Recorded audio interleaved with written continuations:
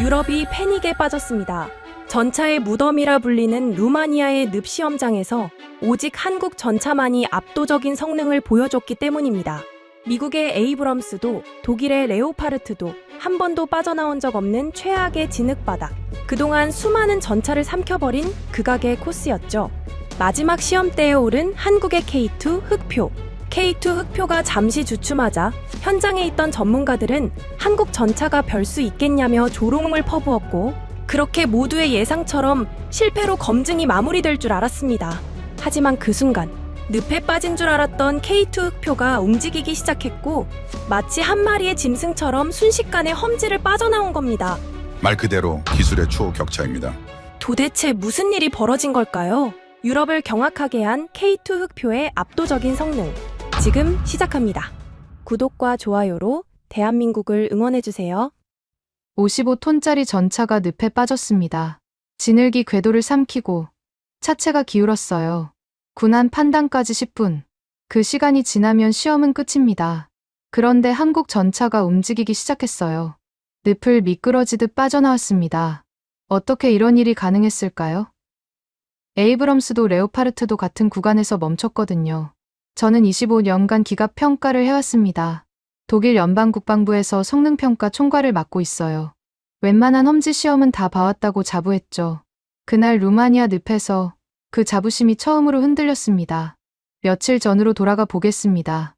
루마니아 시험장에 도착했을 때 저는 결과를 이미 알고 있다고 생각했어요. 한국 전차가 늪 구간에 들어간다는 보고를 받았거든요. 늪은 전차를 삼키는 곳입니다.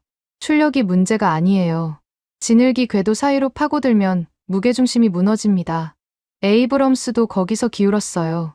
레오파르트도 같은 구간에서 군한 장비를 불러야 했죠. 한국이라고 다를 리 없었습니다. 참관 구역에 올라섰을 때 무전이 들려왔습니다. 이완 두미트레스쿠였어요. 루마니아 시험장 책임자입니다.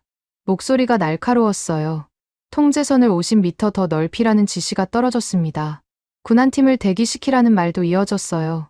저는 그 지시를 들으며 고개를 끄덕였습니다. 당연한 절차라고 생각했거든요. 늪에 빠진 전차를 끌어내려면 준비가 필요합니다. 한국 전차도 결국 그 신세가 될 테니까요. 이완이 참관 구역으로 올라왔습니다. 얼굴이 굳어 있었어요. 군한 판단까지 10분입니다. 그가 먼저 말했습니다. 그 시간 안에 못 나오면 시험은 종료예요. 안전 규정이거든요. 저는 시계를 확인했습니다. 10분이면 충분하다고 생각했어요. 충분히 멈출 시간이었습니다. 25년간 수십 번의 험지 시험을 봐왔지만 늪에서 10분 안에 빠져나온 전차는 없었거든요. 아래쪽 늪에서 한국 전차가 보였습니다. K2라고 불리는 전차였어요. 차체가 한쪽으로 기울어 있었습니다. 궤도가 진흙의 절반쯤 잠긴 상태였어요. 저는 기록 순서를 다시 정리하기 시작했습니다. 시험 중단 시점, 군한 장비 투입 시점, 최종 판정 시점, 순서대로 적었어요. 한국 전차가 멈추면 바로 기록을 마감할 생각이었습니다. 손이 빨랐어요. 결과가 뻔하니까 서두를 필요가 없었지만 그래도 빈틈없이 준비해 두고 싶었습니다. 옆에서 디트리 팔크가 다가왔습니다. 독일 측 인사였어요. 입꼬리가 살짝 올라가 있었습니다. 늪은 레오파르트도 힘든 곳이에요. 그가 팔짱을 끼며 말했습니다. 에이브럼스도 여기서 고전했죠. 한국이 뭘 보여주겠어요. 저는 대답하지 않았습니다. 굳이 대답할 필요가 없었어요. 디트리 말이 틀리지 않았으니까요. 다만 그의 태도가 조금 거슬렸습니다. 시험은 아직 끝나지 않았거든요. 결과가 나오기 전에 비웃는 건 평가자의 태도가 아니었어요. 그런데 이상한 일이 벌어졌습니다. 한국 팀 쪽에서 움직임이 보였어요. 멈추지 않고 뭔가를 점검하고 있었습니다. 최기철이라는 이름이 무전에서 들렸어요. 한국 기술 책임자였습니다. 현가장치 상태를 다시 확인하겠다는 말이 이어졌어요. 저는 고개를 갸웃했습니다. 늪에 빠진 전차를 점검한다고요? 시간 낭비라고 생각했어요. 군한 판단까지 10분도 안 남았는데 점검이 무슨 의미가 있습니까? 최기철의 목소리가 다시 들렸습니다. 서스펜션 설정을 재점검합니다. 또렷한 목소리였어요. 자세 제어 시스템 이상 없음. 현가장치 정상 작동 확인. 저는 그 말을 들으며 미간을 찌푸렸습니다. 늪에 빠진 전차가 정상이라니요. 무슨 의미인지 이해할 수 없었어요. 궤도가 지늘에 잠겼는데 현가장치가 무슨 소용입니까? 출력을 아무리 높여도 바닥을 못 잡으면 끝이에요. 기본적인 물리였습니다.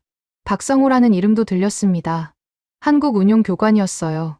진입 절차를 수정하겠다는 보고가 올라왔습니다. 진입 각도를 다시 잡고 재시도를 준비하겠다는 내용이었어요. 저는 그 보고를 들으며 혼란스러웠습니다. 재시도라니요. 이미 늪에 빠진 전차를 다시 움직이겠다고요? 불가능한 일이었습니다. 레오파르트도 에이브럼스도 한번 빠지면 스스로 나오지 못했어요. 군한 장비가 끌어내야 했습니다. 존 밀러가 계측 장비를 점검하고 있었습니다. 미국에서 온 계측 담당이었어요. 그가 무전으로 말했습니다. 기록 방식을 고정합니다. 같은 구간, 같은 방식으로만 기록하겠습니다. 변경 요청은 받지 않겠어요. 저는 그 말에 고개를 끄덕였습니다. 당연한 절차였어요. 기록이 흔들리면 나중에 말이 많아지거든요. 누군가는 조건이 달랐다고 주장할 테고, 누군가는 운이었다고 깎아내릴 겁니다. 기록이 단단해야 결론도 단단해요. 디트리히가 다시 입을 열었습니다. 한국이 뭔가 꼼수를 쓰려는 거 아니에요? 그가 의심스러운 눈으로 아래를 내려다봤습니다. 조건을 바꾸거나 구간을 피하거나. 저는 그 말을 듣고 이호안을 돌아봤어요. 같은 생각이 스쳤거든요. 한국이 빠져나오면 뭔가 꼼수가 있었던 거라고 의심할 준비가 되어 있었습니다. 이호안이 고개를 저었습니다. 구간 변경은 없습니다. 절차대로 진행해요. 그의 목소리는 단호했어요. 저는 결심했습니다. 중간에 조건이 바뀌면 안 됐어요. 한국 전차가 어떤 결과를 내든 같은 조건에서 나온 결과여야 했습니다. 이호안에게 다가갔어요. 조건 변경 금지를 확인해 주십시오. 제가 먼저 말했습니다. 구간도, 절차도, 기록 방식도요. 똑같은 조건에서 끝나야 합니다. 나중에 누가 뭐라고 해도 반박할 수 있어야 했어요. 한국이 멈추든 빠져나오든 기록이 깨끗해야 결론을 내릴 수 있었습니다. 이호안이 끄덕였습니다. 당연하죠. 시험장 규정입니다. 그의 목소리는 단호했어요. 저는 안도했습니다. 이제 한국 전차가 멈추기만 하면 됐어요. 같은 조건에서 멈추면 레오파르트나 에이브럼스와 다를 게 없다는 결론이 나오니까요. 그게 제가 원하는 결과였습니다. 강대국 전차가 기준이라는 믿음을 다시 확인하는 일이었어요. 그때 아래쪽에서 엔진 소리가 바뀌었습니다. 한국 전차가 움직이기 시작했어요. 차체가 미세하게 흔들렸습니다. 저는 난간을 잡았어요. 손에 힘이 들어갔습니다. 설마요. 늪에 빠진 전차가 스스로 움직인다고요? 25년간 본 적 없는 장면이었습니다. 디트리히가 중얼거렸습니다. 뭐야? 저게. 그의 목소리에서 우월감이 사라져 있었어요. 저도 같은 심정이었습니다. 한국 전차의 차체가 천천히 자세를 바꾸고 있었거든요. 지늘게 잠긴 상태에서요. 불가능한 일이 눈앞에서 벌어지고 있었습니다. 출력을 높인 게 아니었어요. 차체가 스스로 균형을 잡고 있었습니다. 존 밀러가 계측 기록을 시작했습니다. 기록 개시합니다. 그의 목소리가 무전으로 퍼졌어요. 저는 시계를 다시 확인했습니다. 군한 판단까지 7분 남았어요. 한국 전차가 그 안에 늪을 빠져나올 수 있을까요? 저는 고개를 저었습니다. 불가능하다고 생각했어요. 그래야 했습니다. 하지만 질문이 바뀌고 있었습니다. 한국이 여기서 멈추는가? 그게 아니었어요. 한국이 어떤 방식으로 빠져나오는가? 그 질문이 머릿속에서 자라나고 있었습니다. 인정하고 싶지 않았어요. 그래도 눈앞의 장면은 부정할 수 없었습니다. 25년간 쌓아온 기준이 흔들리는 느낌이었어요. 아직은 아니라고 스스로를 다독였습니다. 시험은 끝나지 않았으니까요. 루마니아에 들어오기 전부터 결론은 정해져 있었습니다. 기갑의 기준은 독일과 미국이에요. 25년간 그렇게 믿어왔고 의심해 본 적이 없었습니다. 한국 전차가 늪 시험에 참가한다는 보고를 받았을 때도 마찬가지였어요. 흥미로운 구경거리 정도로 생각했습니다. 결과는 뻔했으니까요. 시험 이틀 전 본국에서 전화가 왔습니다. 헬무트 바이스였어요. 독일 조달 책임자입니다. 목소리가 낮았어요. 마르쿠스, 보고서 결론이 흔들리면 안 돼요. 그가 먼저 말을 꺼냈습니다. 예산이 걸려 있거든요. 레오파르트 후속 사업 말이에요. 저는 수화기를 꽉 쥐었습니다. 불쾌했어요. 시험도 시작하기 전에 결론을 정해 놓으라는 말이었으니까요. 헬무트의 말이 이어졌습니다. 한국이 뭔가 보여줘도 크게 다루지 마요. 특수 상황이라고 정리하면 돼요. 저는 대답하지 않았습니다. 헬무트가 원하는 게 뭔지 알았어요. 레오파르트가 기준이라는 결론을 유지하라는 거였습니다. 다른 결과가 나와도 묻어버리라는 뜻이었어요. 알겠습니다. 제가 짧게 대답했습니다. 하지만 속으로는 다른 생각을 하고 있었어요. 현장에서 직접 보고 판단하겠다고요. 수소에 도착하니 디트리히가 기다리고 있었습니다. 로비에서 커피를 마시고 있었어요. 저를 보자마자 손을 들었습니다. 마르쿠스, 이번 시험은 금방 끝날 거예요. 그가 자신만만하게 말했습니다. 늪은 레오파르트도 힘든 곳이거든요. 한국이 뭘 보여주겠어요. 저는 고개를 끄덕였습니다. 디트리히 말이 틀리지 않았으니까요. 에이브럼스도 같은 구간에서 고전했어요. 한국이라고 다를 리 없었습니다. 디트리히가 목소리를 낮췄습니다. 근데 말이에요. 한국팀이 이상해요. 그가 고개를 갸웃했습니다. 점검표를 새로 만들고 있대요. 늪 시험용으로요. 저는 미간을 찌푸렸습니다. 점검표를 새로 만든다고요? 무슨 의미인지 이해할 수 없었어요. 늪에 빠지면 점검표가 무슨 소용입니까? 군한 장비가 끌어내야 하는 건 똑같아요. 다음 날 아침, 시험장 브리핑룸에서 미아의 스토이카를 만났습니다. 루마니아 조달 실무 담당이었어요. 얼굴이 지쳐 보였습니다. 일정이 촉박해요. 그가 먼저 입을 열었습니다. 시험을 빨리 끝내고 결론을 줘야 해요. 조달 일정이 밀리면 예산이 날아가거든요. 저는 고개를 저었습니다. 시험은 절차대로 해야 합니다. 서두른다고 빨라지는 게 아니에요. 미아이가 한숨을 쉬었습니다. 알아요. 근데 위에서 압박이 심해요. 그의 목소리에 피로가 묻어났습니다. 콘스탄틴 장군이 직접 참관하겠다고 했거든요. 현장에서 결과를 확인하겠대요. 저는 눈썹을 치켜 올렸습니다. 콘스탄틴 바실레라면 루마니아 고위 장성이었어요. 그 사람이 직접 온다는 건 이번 시험이 단순한 성능 평가가 아니라는 뜻이었습니다. 브리핑룸 한쪽에서 로버트 그랜트가 다가왔습니다. 미국에서 온 자문이었어요. 악수를 청하며 웃었습니다. 마르쿠스, 오랜만이에요. 그가 어깨를 툭 쳤습니다. 늪 시험이라면서요. 에이브럼스도 힘들었던 곳이에요. 저는 고개를 끄덕였습니다. 알고 있어요. 로버트가 말을 이었습니다. 한국이 뭔가 보여줘도 운이라고 하면 돼요. 같은 구간에서 미국도 고전했으니까요. 조건이 좋았다고 정리하면 그만이에요. 저는 로버트의 얼굴을 바라봤습니다. 계산적인 눈빛이었어요. 한국이 좋은 결과를 내도 인정하지 않겠다는 뜻이었습니다. 미국 체면이 걸려 있으니까요. 저도 비슷한 생각을 하고 있었어요.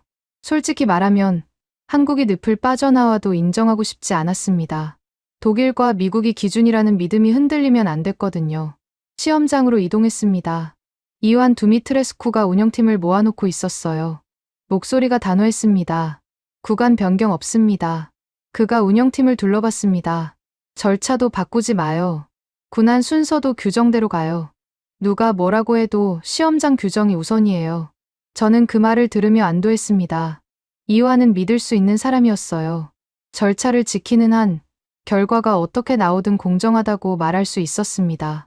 한국팀 쪽을 바라봤습니다. 최기철이 점검표를 들고 있었어요. 한국 기술 책임자였습니다. 옆에 있는 사람들과 뭔가를 확인하고 있었어요. 표정이 진지했습니다.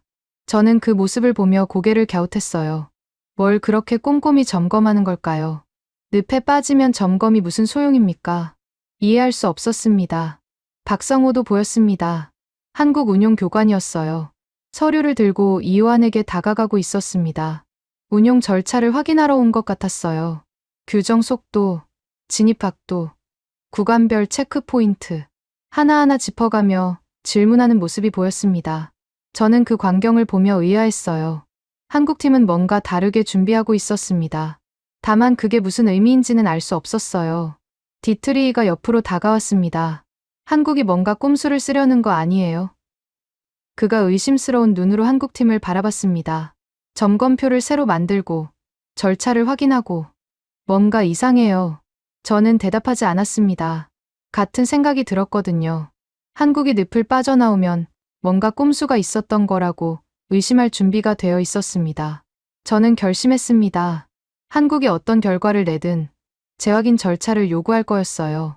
같은 구간에서 다시 한번 시험하라고요. 운이 아니라는 걸 증명하라고 압박할 생각이었습니다. 노트를 꺼내 재확인 항목을 적기 시작했어요. 구간 동일성, 절차 준수 여부, 계측 기록 일치. 빈틈없이 준비해 두고 싶었습니다. 멀리서 콘스탄틴 장군의 차량이 도착하는 게 보였습니다. 루마니아 고위 장성이 직접 참관한다는 건 압박이 더 거세질 거라는 뜻이었어요. 모두가 각자의 결론을 들고 이 자리에 모였습니다. 저도 마찬가지였어요. 한국이 멈출 거라고 믿고 있었습니다. 아니, 멈춰야 한다고 생각했어요. 그래야 제가 25년간 믿어온 기준이 흔들리지 않으니까요. 시험 시작까지 3시간 남았습니다.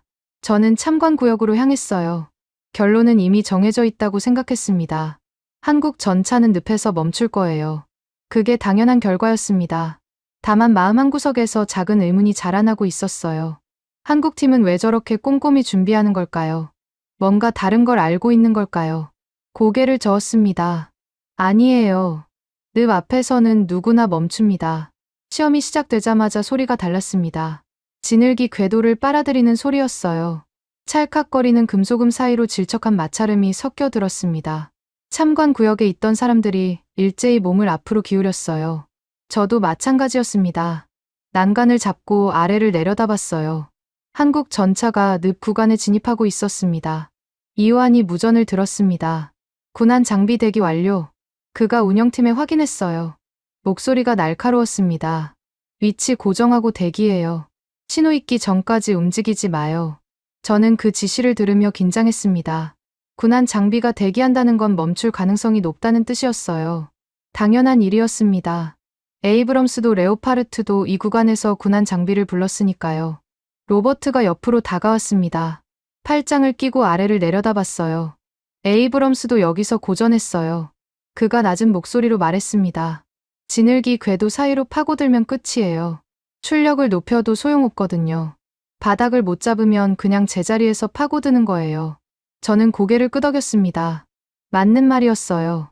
늪에서는 출력이 답이 아니었습니다. 로버트가 말을 이었습니다. 한국도 같은 결말일 거예요. 그가 어깨를 으쓱했습니다. 조건이 좋았다고 정리하면 그만이에요. 운이 따랐다고 하면 되고요. 저는 대답하지 않았습니다. 로버트의 계산이 뭔지 알았거든요. 한국이 좋은 결과를 내도 인정하지 않겠다는 거였어요. 미국 체면이 걸려 있으니까요.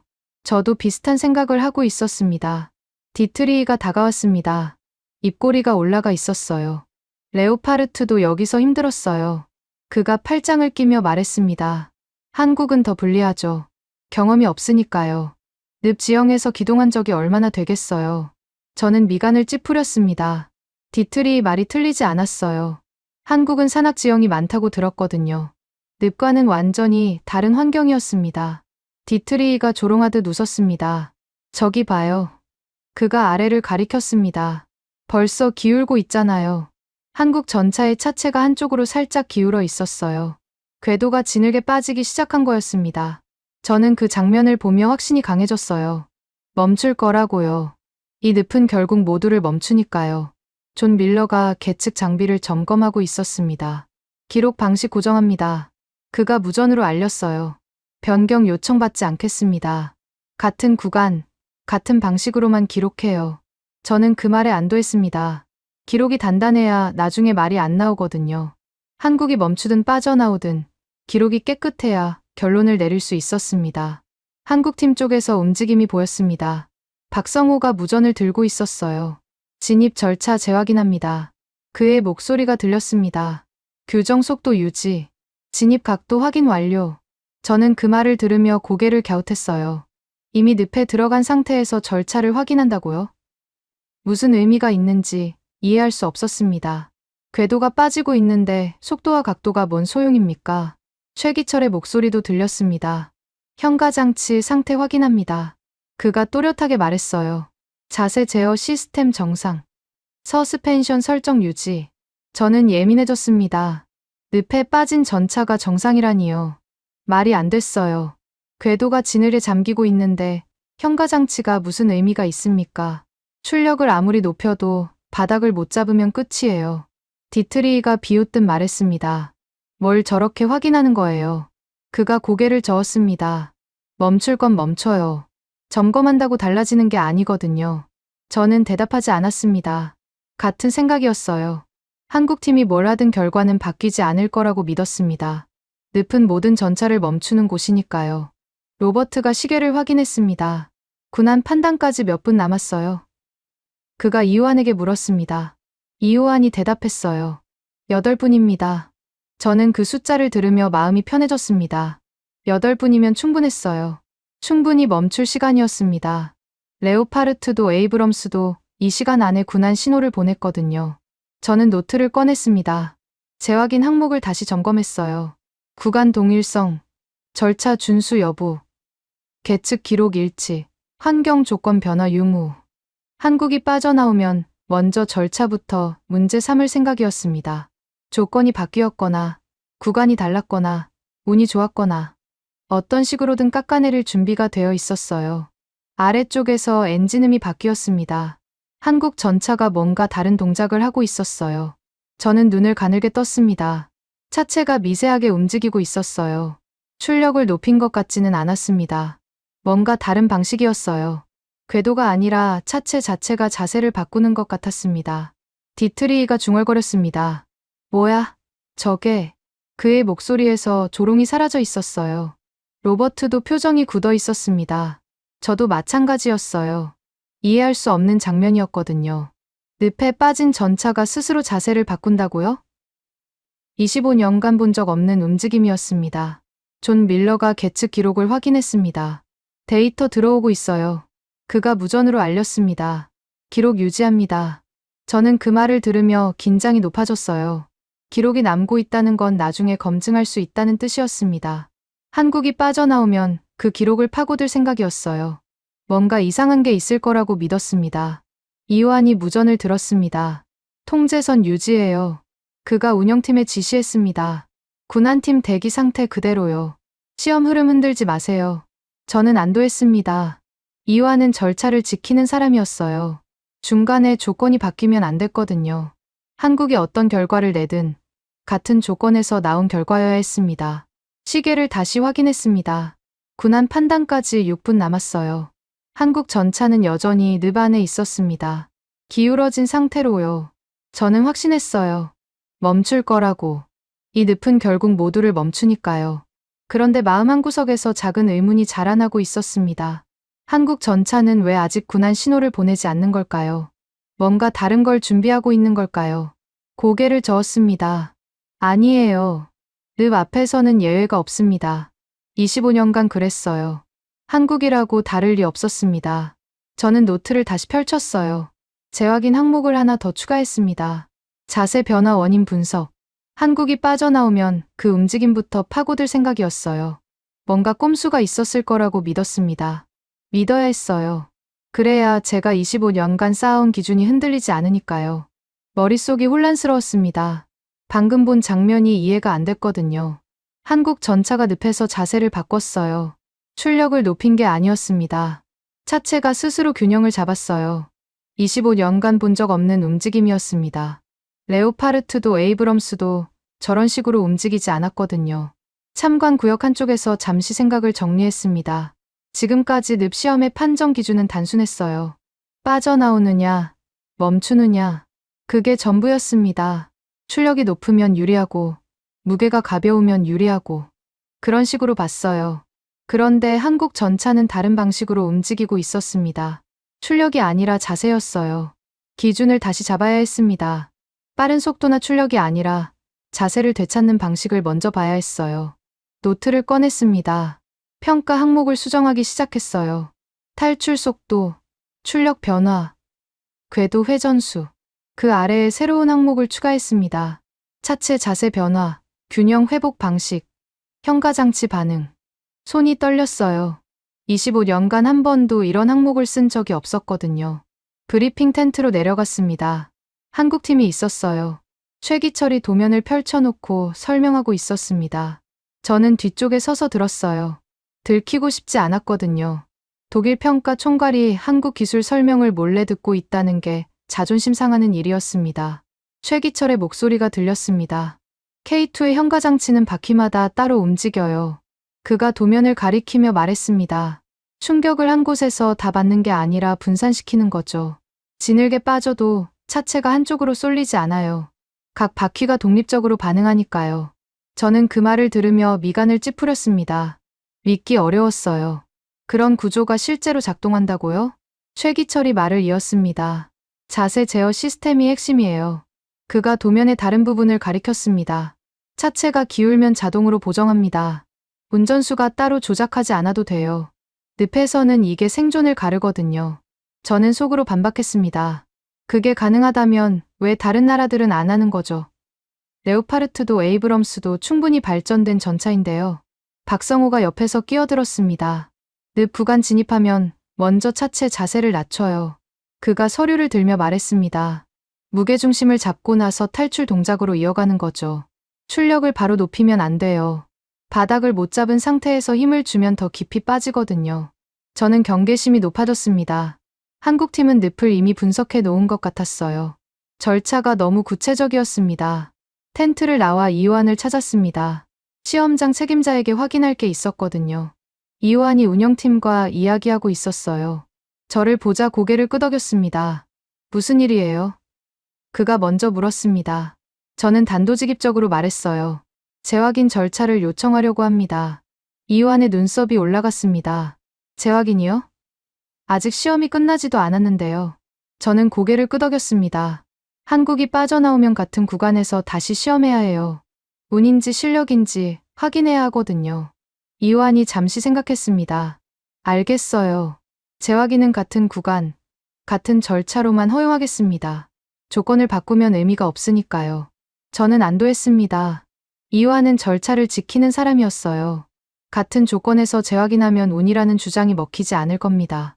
아니, 한국이 두 번째도 빠져나오면 운이라고 할 수 없겠죠. 그 생각이 불편했어요. 한국이 진짜 실력으로 늪을 빠져나온다면 제가 25년간 믿어온 기준이 흔들리는 거니까요. 디트리히가 다가왔습니다. 얼굴이 붉어져 있었어요. 마르쿠스, 잠깐 얘기 좀 해요. 그가 저를 옆으로 끌었습니다. 목소리를 낮췄어요. 늪시험 결과를 평가서에서 크게 다루지 말아요. 특수 상황이잖아요. 일반적인 기갑전에서 늪을 만날 일이 얼마나 되겠어요. 저는 짜증이 났습니다. 디트리히의 속셈이 뻔했거든요. 한국이 좋은 결과를 내도 묻어버리자는 거였어요. 레오파르트 체면을 지키려는 거죠. 목소리를 낮추지 않았습니다. 늪은 특수 상황이 아니에요. 전장에서 가장 먼저 사람을 죽이는 게 지형이거든요. 험지에서 움직이지 못하면 거기서 끝이에요. 포탄이 날아오기 전에 진흙이 먼저 전차를 삼키는 거죠. 디트리히의 얼굴이 굳었습니다. 마르쿠스, 그렇게 크게 다루면 곤란해요. 그가 목소리를 높였습니다. 본국에서 뭐라고 하겠어요. 레오파르트가 늪에서 고전했다는 걸 부각시키면 안 돼요. 저는 고개를 저었습니다. 사실을 숨기는 건 평가자의 태도가 아니에요. 제가 단호하게 말했습니다. 한국이 빠져나오든 멈추든 있는 그대로 기록할 겁니다. 디트리히가 인상을 썼습니다. 하지만 더 말하지 않았어요. 제 태도가 바뀌지 않을 거라는 걸 알았겠죠. 저는 돌아서서 참관구역으로 향했습니다. 마음이 복잡했어요. 한국을 인정하고 싶지 않았습니다. 그런데 눈앞에서 벌어진 일을 부정할 수도 없었어요. 평가자로서 최소한의 양심이 남아 있었거든요. 존 밀러가 계측 장비 앞에 있었습니다. 저를 보자 손을 들었어요. 마르쿠스, 기록 항목을 추가하려고 해요. 그가 모니터를 가리켰습니다. 차체 자세 변화, 현가장치 반응 시간, 균형 회복 속도, 이것도 기록해야 할 것 같아서요. 저는 고개를 끄덕였습니다. 같은 생각이었어요. 존 밀러도 뭔가 다르다는 걸 느낀 거였습니다. 참관 구역 난간에 섰습니다. 아래쪽에서 한국 전차가 여전히 늪 안에 있었어요. 차체가 기울어진 상태였습니다. 하지만 아까와 달랐어요. 천천히 자세를 바꾸고 있었습니다. 출력을 높인 게 아니었어요. 차체가 스스로 균형을 잡고 있었습니다. 저는 그 장면을 보며 결심했어요. 이건 기동 묘기가 아니에요. 생존 방식이에요. 노트를 다시 펼쳤습니다. 맨 위에 적었어요. 평가 관점 수정. 험지 생존 방식 중심 기록. 손이 무거웠습니다. 25년간 쌓아온 기준을 내려놓는 느낌이었거든요. 하지만 눈앞의 장면을 외면할 수 없었어요. 한국 전차는 늪에서 다른 방식으로 싸우고 있었습니다. 힘이 아니라 구조로요. 그 차이를 기록해야 했어요. 인정하고 싶지 않아도 평가자로서 해야 할 일이었습니다. 시계를 확인했습니다. 군안 판단까지 4분 남았어요. 한국 전차가 그 안에 빠져나올 수 있을까요? 이제는 모르겠다고 생각했습니다. 멈출 거라는 확신이 사라지고 있었어요. 대신 다른 질문이 자라났습니다. 한국이 빠져나오면 나는 뭘 인정해야 하는 걸까? 그 질문이 무거웠습니다. 한국 전차가 더 깊이 잠겼습니다. 진흙이 궤도를 완전히 덮었어요. 차체가 한쪽으로 크게 기울었습니다. 멈췄다고 생각했어요. 끝났다고요. 손에 땀이 났습니다. 이상한 긴장이었어요. 한국이 멈추길 바랐으면서도 눈을 뗄 수가 없었거든요. 심장이 빠르게 뛰고 있었습니다. 왜 이렇게 긴장하는 걸까요? 한국이 멈추면 제가 옳았던 거잖아요. 박성호의 목소리가 무전으로 들렸습니다. 차체 자세 낮춥니다. 또렷한 목소리였어요. 탈출 절차 진입합니다. 무게중심 확보 먼저요. 저는 초조해졌습니다. 탈출 절차라고요? 저 상태에서요. 불가능해 보였어요. 진흙의 절반 이상 잠긴 전차가 스스로 나올 수 있을 리 없었습니다. 레오파르트도 에이브럼스도 저 정도 잠기면 군안 신호를 보냈거든요. 최기철의 목소리가 이어졌습니다. 현가장치 설정 유지합니다. 그가 침착하게 말했어요. 자세 제어 시스템 정상 작동 중이에요. 중단하지 마세요. 다음 동작으로 넘어가요. 저는 집중해서 들었습니다. 중단하지 말라고요. 저 상황에서요? 미친 소리처럼 들렸어요. 하지만 한국팀은 멈추지 않았습니다. 목소리에 당황한 기색이 없었어요. 마치 예상한 상황인 것처럼 차분했습니다. 아래쪽에서 엔진음이 바뀌었습니다. 출력을 높인 게 아니었어요. 음색 자체가 달라졌습니다. 차체가 천천히 움직이기 시작했어요. 기울어진 상태에서 조금씩 자세를 바꾸고 있었습니다. 저는 난간을 꽉 잡았어요. 손가락이 하얘졌습니다. 뭐지, 저게? 속으로 중얼거렸어요. 이해가 안 됐습니다. 진흙에 잠긴 상태에서 어떻게 자세를 바꾸는 거죠? 한국 전차가 늪을 빠져나오고 있었습니다. 미끄러지듯이요. 진흙을 뚫고 나오는 게 아니었어요. 진흙 위로 떠오르는 것 같았습니다. 차체가 스스로 균형을 잡으면서요. 25년간 본 적 없는 움직임이었어요. 레오파르트도 에이브럼스도 저렇게 나오지 못했거든요. 힘으로 밀어붙이다가 더 깊이 빠졌어요. 출력을 높일수록 궤도가 진흙을 파고들었습니다. 옆에서 디트리히가 숨을 들이켰습니다. 아무 말도 하지 않았어요. 로버트도 마찬가지였습니다. 참관 구역 전체가 조용해졌어요. 운이라는 말을 꺼내는 사람이 없었습니다. 저도 입이 열리지 않았어요. 당혹스러웠습니다. 눈앞에서 벌어진 일을 어떻게 설명해야 할지 몰랐거든요. 머릿속이 하얘졌습니다. 25년간 쌓아온 지식으로는 저 움직임을 설명할 수 없었어요. 한국 전차가 늪 구간을 완전히 빠져나왔습니다. 단단한 지면 위에 섰어요. 차체가 다시 수평을 잡았습니다. 엔진음이 안정됐어요. 저는 시계를 확인했습니다. 군안 판단까지 2분 남은 시점이었어요. 8분 만에 늪을 빠져나온 겁니다. 에이브럼스는 12분 만에 군안 신호를 보냈어요. 레오파르트는 10분이었고요. 한국은 군안 신호 없이 스스로 나왔습니다. 디트리히가 먼저 입을 열었습니다. 특수 상황이에요. 그가 목소리를 높였습니다. 진흙 상태가 달랐거나 구간이 좀 얕았거나 기록에서 크게 다루면 안 돼요. 저는 불쾌했습니다. 방금 본 걸 못 본 척 하자는 거였거든요. 눈앞에서 벌어진 일을 묻어버리자고요. 같은 구간이었어요.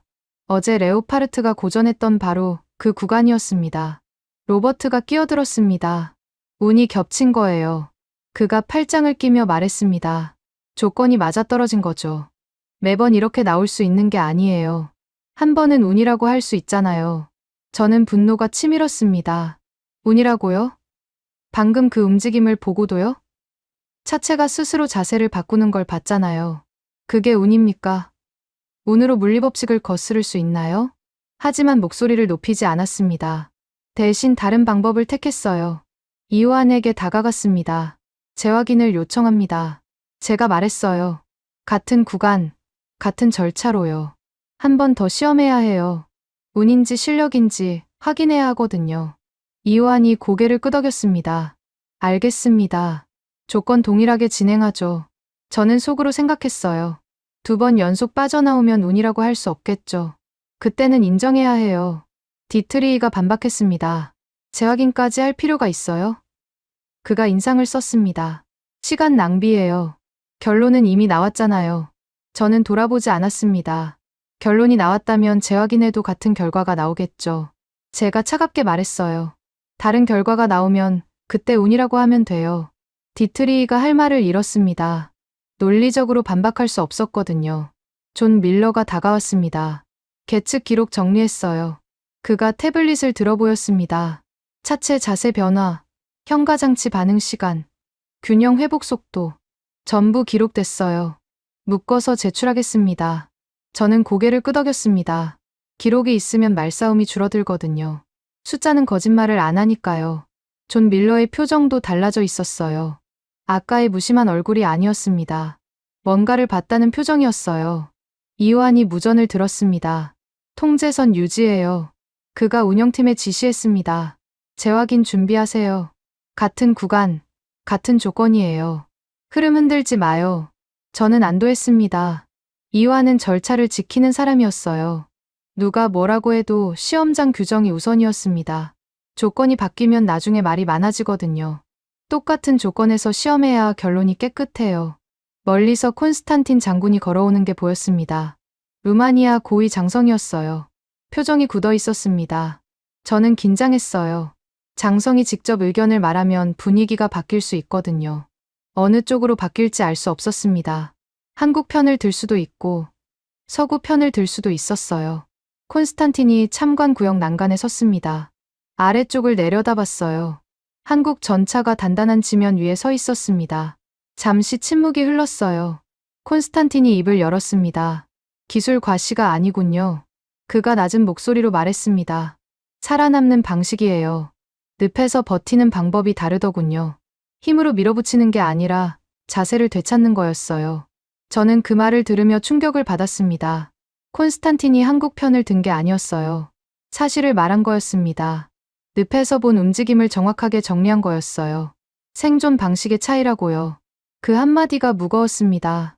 25년간 제가 믿어온 기준을 흔드는 말이었거든요. 출력이 아니라 자세라고요. 힘이 아니라 구조라고요. 디트리히가 말하려고 했습니다. 하지만 콘스탄틴의 눈빛을 보고 입을 다물었어요. 로버트도 마찬가지였습니다. 장성이 직접 정리한 말을 반박하기 어려웠거든요. 계급의 무게가 아니었어요. 콘스탄틴의 말이 정확했기 때문이었습니다. 방금 본 장면을 가장 잘 설명하는 문장이었어요. 저는 노트를 꺼냈습니다. 콘스탄틴의 말을 적었어요. 생존 방식의 차이. 그 문장이 머릿속에서 맴돌았습니다. 25년간 한 번도 적어본 적 없는 문장이었어요. 기갑평가에서 생존 방식이라는 말을 쓴 적이 없었거든요. 출력, 속도, 화력, 그런 숫자만 적어왔습니다. 재확인 시험이 준비되고 있었습니다. 한국 전차가 다시 늪구간 앞에 섰어요. 같은 조건, 같은 절차였습니다. 저는 난간을 잡고 지켜봤어요. 이번에 멈추면 운이라고 할 수 있었습니다. 이번에도 빠져나오면 저는 뭔가를 인정해야 했어요. 손에 땀이 났습니다. 어느 쪽이든 결론이 나올 거였습니다. 심장이 빠르게 뛰었어요. 이상했습니다. 25년간 수십 번의 시험을 봤지만 이렇게 긴장한 건 처음이었거든요. 재확인 시험이 끝났습니다. 한국 전차가 2번째로 늪을 빠져나왔어요. 같은 구간, 같은 절차였습니다. 이번에는 7분이 걸렸어요. 첫 번째보다 1분 더 빨랐습니다. 운이라는 말이 더 이상 나오지 않았어요. 2번 연속으로 같은 결과가 나왔으니까요. 저는 난간을 잡고 서 있었습니다. 다리에 힘이 빠지는 느낌이었어요. 브리핑 텐트로 내려왔습니다. 머릿속이 복잡했어요. 이걸 어떻게 정리해야 하지? 운으로 처리하면 보고서가 무너집니다. 2번 연속 같은 결과가 나왔는데 운이라고 쓰면 누가 믿겠어요. 계측 기록도 있고 참관 인원도 수십 명이었습니다. 눈앞에서 본 걸 부정할 수 없었어요. 최기철이 텐트 한쪽에서 도면을 정리하고 있었습니다. 저는 잠시 망설였어요. 한국 기술 책임자에게 직접 물어보는 게 자존심 상하는 일이었거든요. 하지만 궁금했습니다. 어떻게 저런 움직임이 가능한 건지요. 결국 다가갔어요. 최기철이 고개를 들었습니다. 눈빛이 차분했어요. 잠깐 물어볼 게 있습니다. 제가 먼저 입을 열었어요. 현가장치 구조에 대해서요. 어떻게 저렇게 자세를 바꿀 수 있는 겁니까? 최기철이 도면을 펼쳤습니다. 한국 지형 때문이에요. 그가 말했어요. 산악이 70%거든요.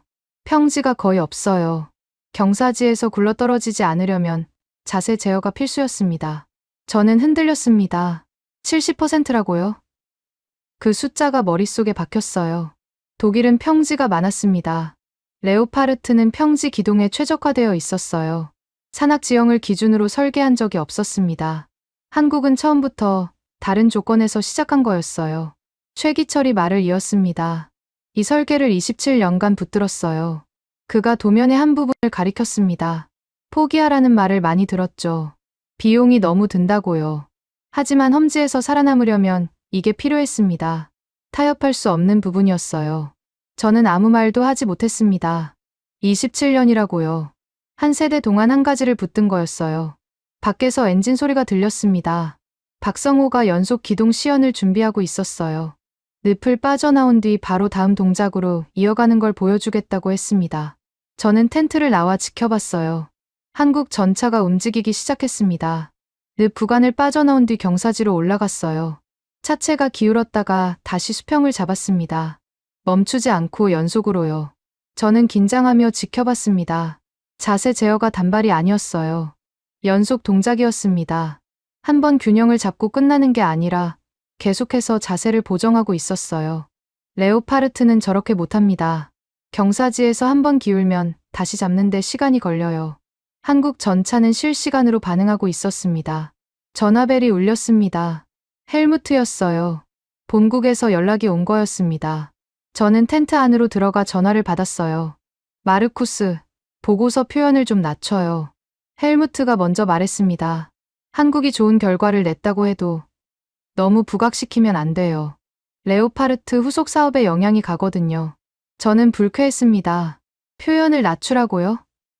제가 되물었어요. 2번 연속 같은 결과가 나왔는데요. 계측 기록도 있고 참관 인원도 수십 명이에요. 뭘 어떻게 낮추라는 겁니까? 헬무트가 목소리를 높였습니다. 특수 상황이라고 정리하면 돼요. 늪은 일반적인 전장이 아니잖아요. 거기에 너무 큰 의미를 두지 마요. 저는 단호하게 말했습니다. 결과를 흐리게 쓰지 않겠습니다. 목소리가 차가웠어요. 있는 그대로 기록할 거예요. 현장에서 본 걸 부정하는 건 평가자의 태도가 아닙니다. 헬무트가 한숨을 쉬었어요. 마르쿠스, 본국에서 압박이 심해요. 그가 목소리를 낮췄습니다. 예산 문제도 있고 체면 문제도 있어요. 협조 좀 해줘요. 저는 전화를 끊었습니다. 손이 떨렸어요. 분노 때문이 아니었습니다. 25년간 쌓아온 기준을 내려놓아야 한다는 걸 알았기 때문이었어요. 레오파르트가 기준이라는 믿음. 서구 전차가 표준이라는 생각. 그게 흔들리고 있었습니다. 미아이가 텐트로 들어왔습니다. 얼굴이 지쳐 보였어요. 결론 좀 빨리 줘요. 그가 서류를 들며 말했습니다. 조달 일정이 밀리고 있어요. 위에서 압박이 심하거든요. 콘스탄틴 장군이 직접 확인하겠다고 했잖아요. 저는 고개를 저었습니다. 재확인 기록을 먼저 붙여야 해요. 제가 말했어요. 기록이 완전해야 결론도 단단합니다. 서두르면 나중에 말이 많아져요. 미아이가 인상을 썼습니다. 하지만 더 말하지 않았어요. 제 말이 틀리지 않았으니까요. 기록 없이 결론을 내면 누군가는 반드시 문제를 제기합니다. 운이었다고, 조건이 달랐다고. 그런 말이 나오면 끝이 없어요. 기록이 단단해야 입을 막을 수 있었습니다. 이완이 무전을 들고 들어왔습니다. 재확인 절차 종료됐어요. 그가 보고했습니다. 같은 구간, 같은 조건이었어요. 기록 전부 일치합니다. 저는 안도했습니다. 이완은 절차를 지키는 사람이었어요. 시험장 규정대로 끝까지 갔습니다. 덕분에 결론을 내릴 수 있었어요. 존 밀러가 태블릿을 들고 왔습니다. 기록 최종 정리했어요. 그가 화면을 보여줬습니다. 첫 번째 시험 8분, 재확인 시험 7분, 차체 자세 변화, 현가장치 반응 시간, 균형 회복 속도 전부 기록됐어요. 저는 집중해서 숫자를 확인했습니다. 2번의 시험 결과가 거의 동일했어요. 오차 범위 아니었습니다. 운이 아니라 설계였어요. 노트를 꺼냈습니다. 이제 보고서 방향을 정해야 했어요. 전차 비교가 아니었습니다. 그건 의미가 없었어요. 레오파르트가 좋으냐, K2가 좋으냐, 그런 식으로 쓰면 싸움만 나거든요. 다른 방식으로 정리해야 했습니다. 험지 생존 기준. 그 문장이 머릿속에 떠올랐어요. 적기 시작했습니다. 평가 관점 수정. 험지에서 자세를 되찾는 방식 중심 기록. 출력이나 속도가 아니라 생존 방식을 기준으로 분류. 손이 무거웠어요. 25년간 한 번도 쓴 적 없는 문장들이었거든요. 하지만 눈앞에서 본 걸 부정할 수 없었습니다. 텐트 밖으로 나왔습니다. 한국 전차가 시험장 한쪽에 서 있었어요. 최기철과 박성호가 점검하고 있었습니다. 저는 그 모습을 바라봤어요. 27년간 한 가지를 붙든 사람들이었습니다. 산악지형 70%라는 조건에서 시작한 설계였어요. 처음부터 늪같은 험지를 염두에 둔 거였습니다. 저는 깨달았어요. 기준이 바뀌어야 했습니다. 레오파르트가 기준이 아니었어요. 에이브럼스가 기준도 아니었습니다. 험지에서 살아남는 방식이 기준이었어요. 그게 이번 시험의 결론이었습니다. 노트를 다시 펼쳤어요. 맨 아래에 적었습니다. 기준 제정의 필요. 강대국 브랜드가 아니라 생존 방식 중심으로. 그 문장이 무거웠습니다. 하지만 피할 수 없는 결론이었어요. 최종 회의가 열렸습니다. 브리핑룸에 모든 참관 인원이 모였어요. 독일, 미국, 루마니아, 한국.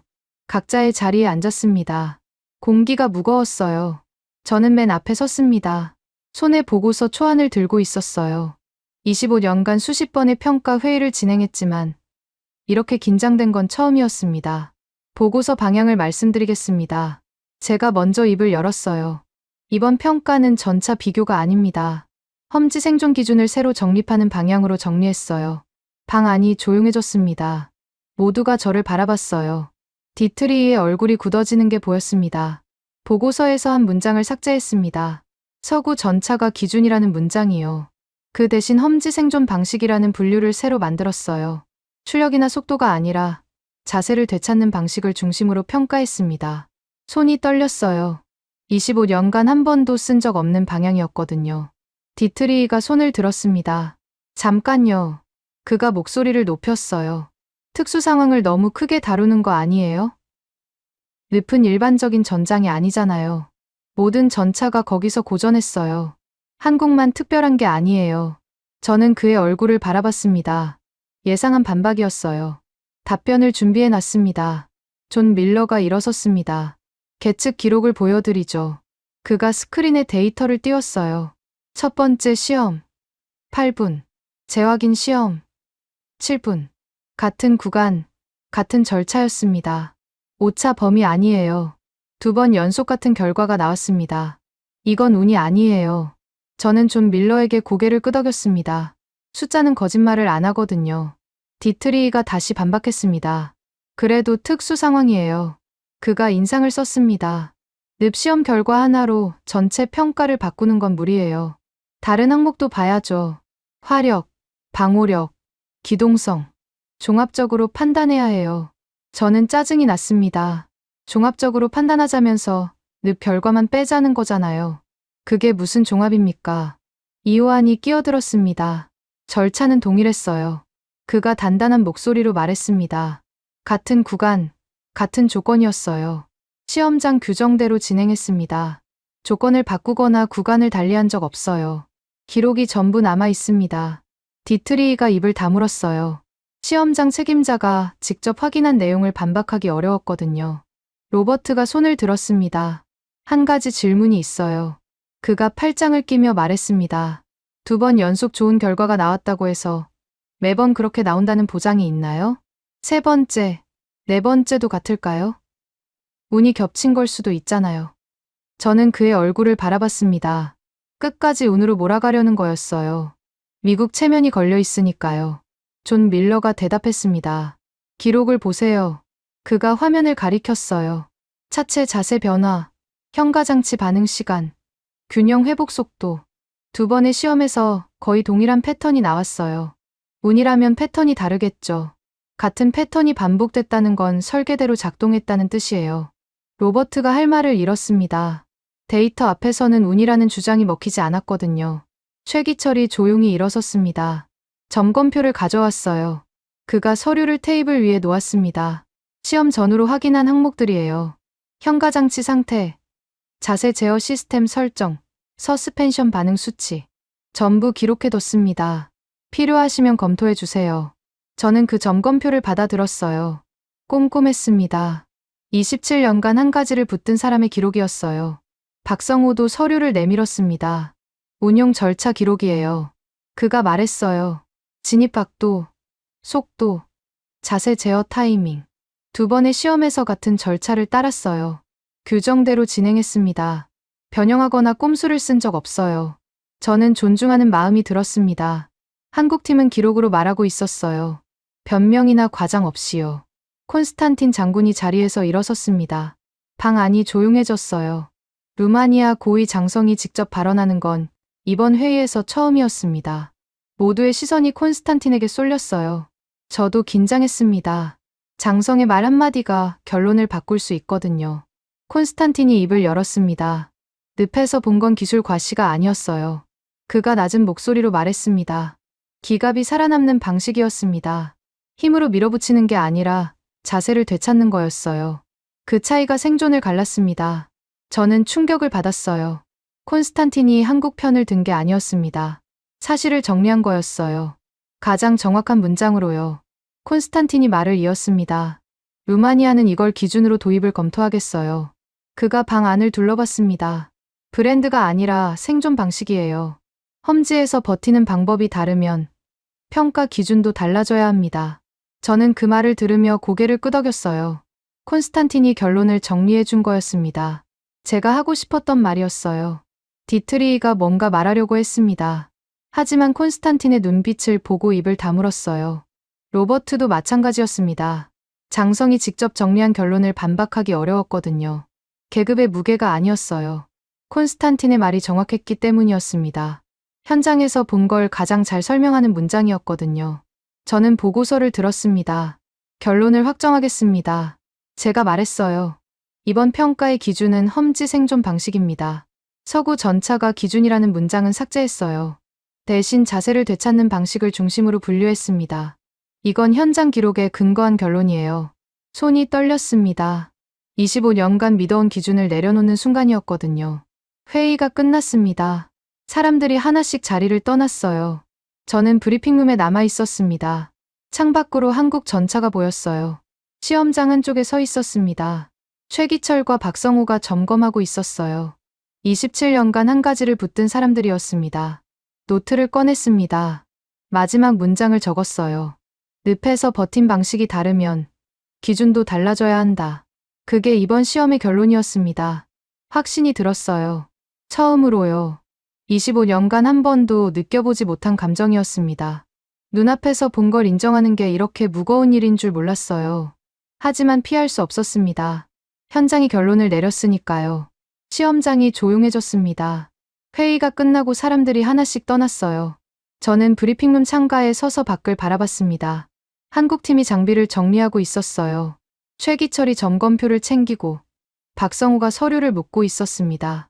조용했어요. 자축하거나 기뻐하는 모습이 없었습니다. 그냥 할 일을 하고 있었어요. 저는 그 모습을 지켜봤습니다. 27년간 한 가지를 붙든 사람들이었어요. 산악지형 70%라는 조건에서 시작한 설계였습니다. 포기하라는 말을 많이 들었다고 했죠. 비용이 너무 든다고요. 하지만 끝까지 붙들었어요. 그 결과가 오늘 늪에서 나왔습니다. 부끄러웠습니다.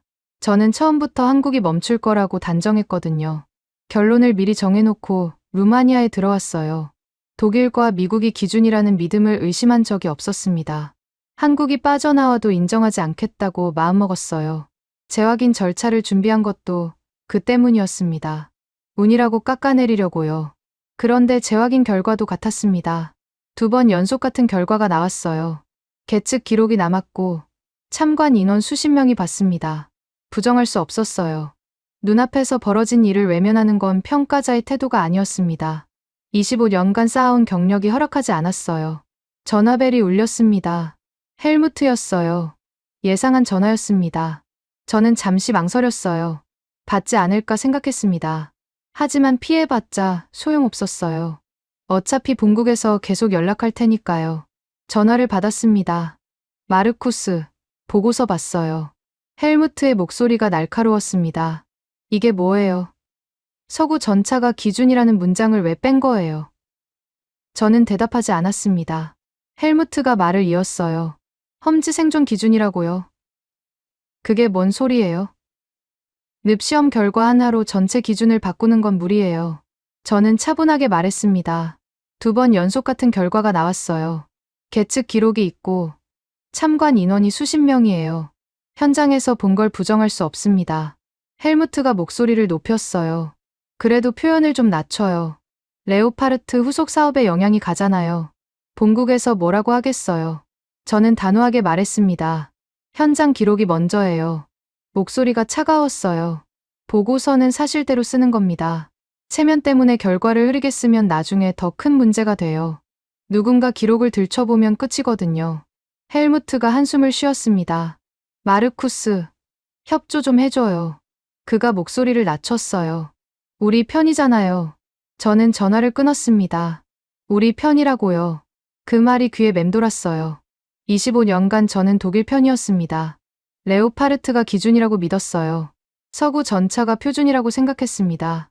그게 당연한 거라고요. 의심해 본 적이 없었어요. 창밖을 다시 바라봤습니다. 한국팀이 여전히 정리하고 있었어요. 최기철이 도면을 접고 있었습니다. 박성호가 장비를 옮기고 있었어요. 묵묵했습니다. 이긴 사람들 같지 않았어요. 그냥 자기 일을 하는 사람들이었습니다. 저는 그 모습을 보며 생각했어요. 저 사람들은 27년간 뭘 버텼을까요? 포기하라는 말을 얼마나 들었을까요? 콘스탄틴 장군이 회의에서 한 말이 떠올랐습니다. 기갑이 살아남는 방식이었어요.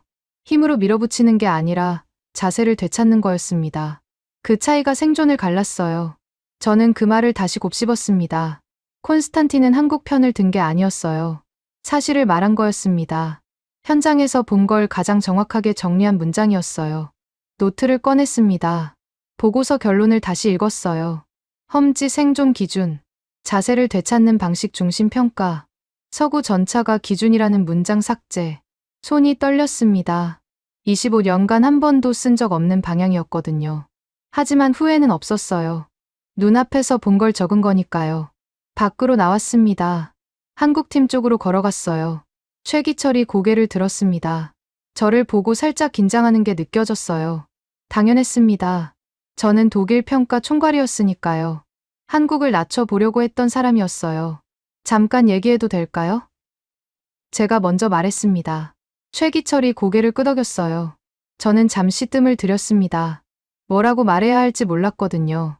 사과를 해야 할 것 같았어요. 하지만 그게 맞는 건지 모르겠었습니다. 결국 솔직하게 말했습니다. 처음에 저는 한국이 멈출 거라고 생각했어요. 제가 말했어요. 빠져나와도 인정하지 않으려고 했습니다. 운이라고 깎아내리려고요. 최기철의 표정이 변하지 않았어요. 그냥 듣고 있었습니다. 저는 말을 이었습니다. 그런데 재확인 결과도 같았어요. 2번 연속이요. 부정할 수 없었습니다. 눈앞에서 본 걸 외면하는 건 평가자로서 할 짓이 아니었어요. 최기철이 고개를 끄덕였습니다. 알겠습니다. 그가 짧게 대답했어요. 감사합니다. 그게 전부였어요. 원망도 없고 자축도 없었습니다. 저는 돌아서서 숙소로 향했습니다. 해가 지고 있었어요. 시험장이 붉게 물들었습니다. 걸으면서 생각했어요. 이번 시험에서 뭘 배웠을까요? 한국 전차가 좋다는 거. 아니었어요. 그건 결론이 아니었습니다. 제가 배운 건 다른 거였어요. 기준이 틀릴 수 있다는 거였습니다. 25년간 독일과 미국이 기준이라고 믿었어요. 의심한 적이 없었습니다. 그게 당연하다고 생각했거든요. 하지만 늪에서 본 움직임은 그 기준 밖에 있었어요. 레오파르트도 에이브럼스도 하지 못한 방식이었습니다. 숙소에 도착했습니다. 방에 들어와 노트를 펼쳤어요. 마지막 페이지에 적기 시작했습니다. 이번 시험에서 배운 것. 손이 느렸어요. 한 글자씩 또박또박 적었습니다. 첫째, 기준은 바뀔 수 있다. 강대국 브랜드가 기준이 아니다. 험지에서 살아남는 방식이 기준이다. 둘째, 한국을 낮춰본 습관을 고쳐야 한다.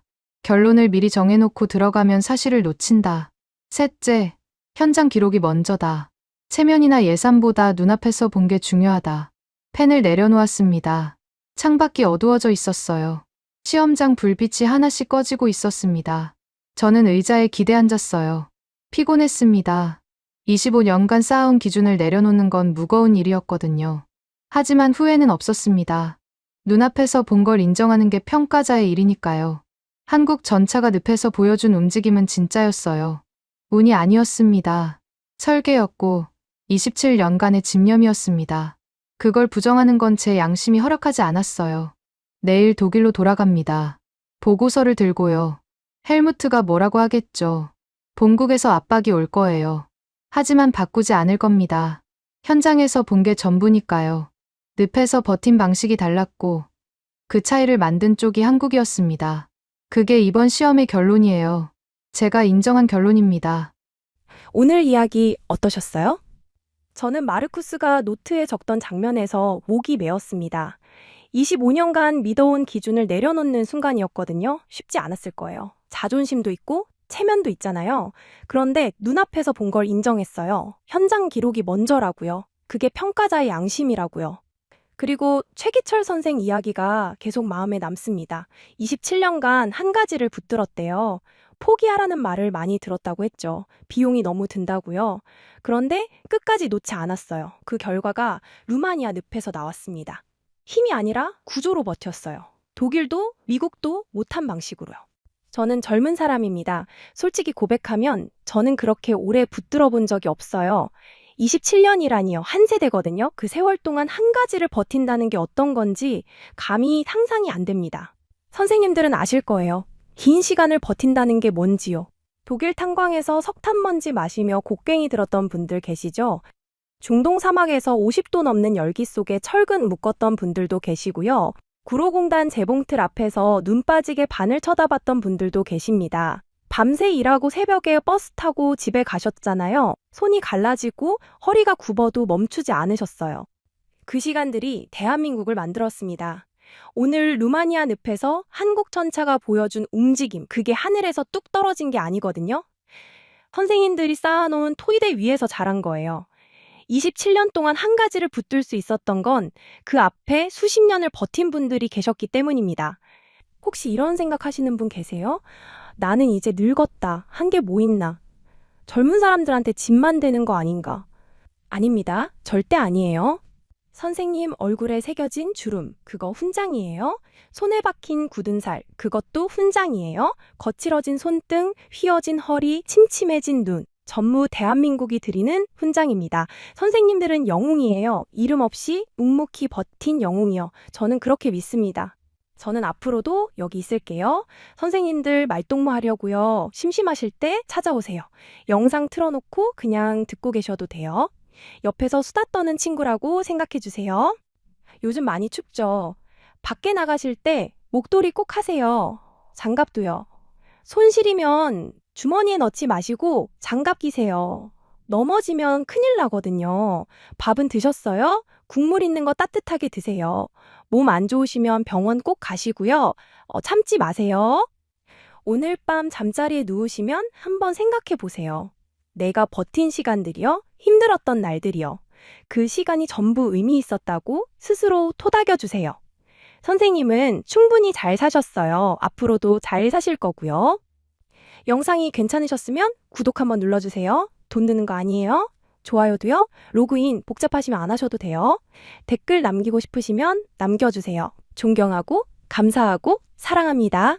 지금까지 여러분의 영원한 말동무 감동을 더하다였습니다. 세계를 놀라게 한 대한민국 다음 영상에서도 계속됩니다. 지금까지 여러분의 영원한 말동무 감동을 더하다였습니다. 세계를 놀라게 한 대한민국 다음 영상에서도 계속됩니다.